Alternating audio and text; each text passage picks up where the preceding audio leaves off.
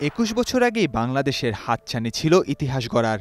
মুলতানে সেই হাতছানি দেখেছিলেন হাবিবুল বাশার, হান্নান সরকার, মোহাম্মদ আশরাফুলরা। কিন্তু ইনজামামুল হকের অপরাজিত ১৩৮ রানের ইনিংসের সুবাদে এক উইকেটে হেরে সেবার স্বপ্নভঙ্গ হয় লাল সবুজের প্রতিনিধিদের।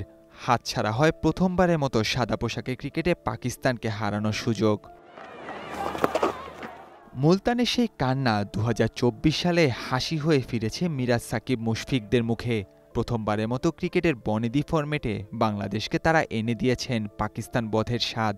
২ ম্যাচের টেস্ট সিরিজের প্রথমটিতে বাংলাদেশ মাঠ ছেড়েছে ১০ উইকেটের এক ঐতিহাসিক জয়কে সঙ্গী করে। পাকিস্তানের মাটিতে প্রথম জয়, শুধু টেস্ট জয়ই নয়, পাকিস্তানের মাটিতে ক্রিকেটের যে কোনো ফরম্যাটে লাল সবুজের প্রথম জয় এটি। ঐতিহাসিক এই জয়ের সঙ্গে বাংলাদেশ বেশ কিছু বোনাসও পেয়েছে।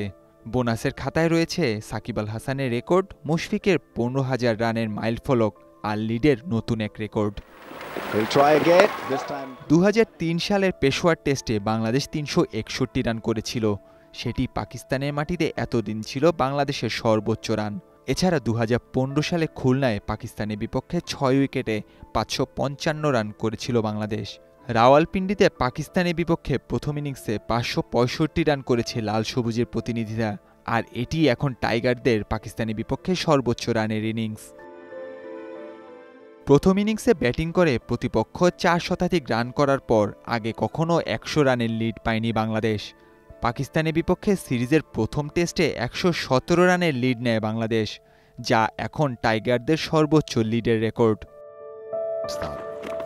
পঞ্চম দিনে মধ্যাহ্নবিরতির ঠিক আগ মুহূর্তে সাকিবের দ্বিতীয় শিকার বনে মাঠ ছাড়েন আবদুল্লাহ শফিক। আর এই উইকেট বাগিয়ে নেয়ার মধ্য দিয়ে রেকর্ড বুকে নিজের নাম লিখিয়ে ফেলেন দেশের এই অলরাউন্ডার।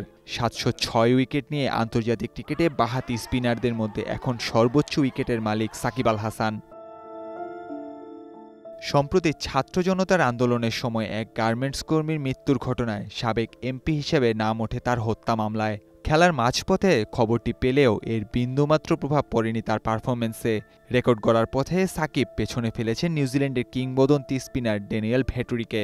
আন্তর্জাতিক ফরম্যাটে ৪৪২ ম্যাচে ভেটরির উইকেট ছিল ৭০৫টি। এই টেস্টে বাংলাদেশের জার্সিতে সব ফরম্যাটে ১৫,০০০ রানের ক্লাবে প্রবেশ করেছেন মুশফিক। মোট ৪৬২ ম্যাচ খেলে ১৫,০০০ রান করেছেন মিস্টার ডিপেন্ডেবল। তার ওপরে রয়েছে তামিম ইকবাল। ৩ ফরম্যাট মিলিয়ে ১৫,১৯২ আন্তর্জাতিক রান তামিমের। আর মুশফিকের বর্তমান রান ১৫,১৫৯। Nahiyan Arifin, news time.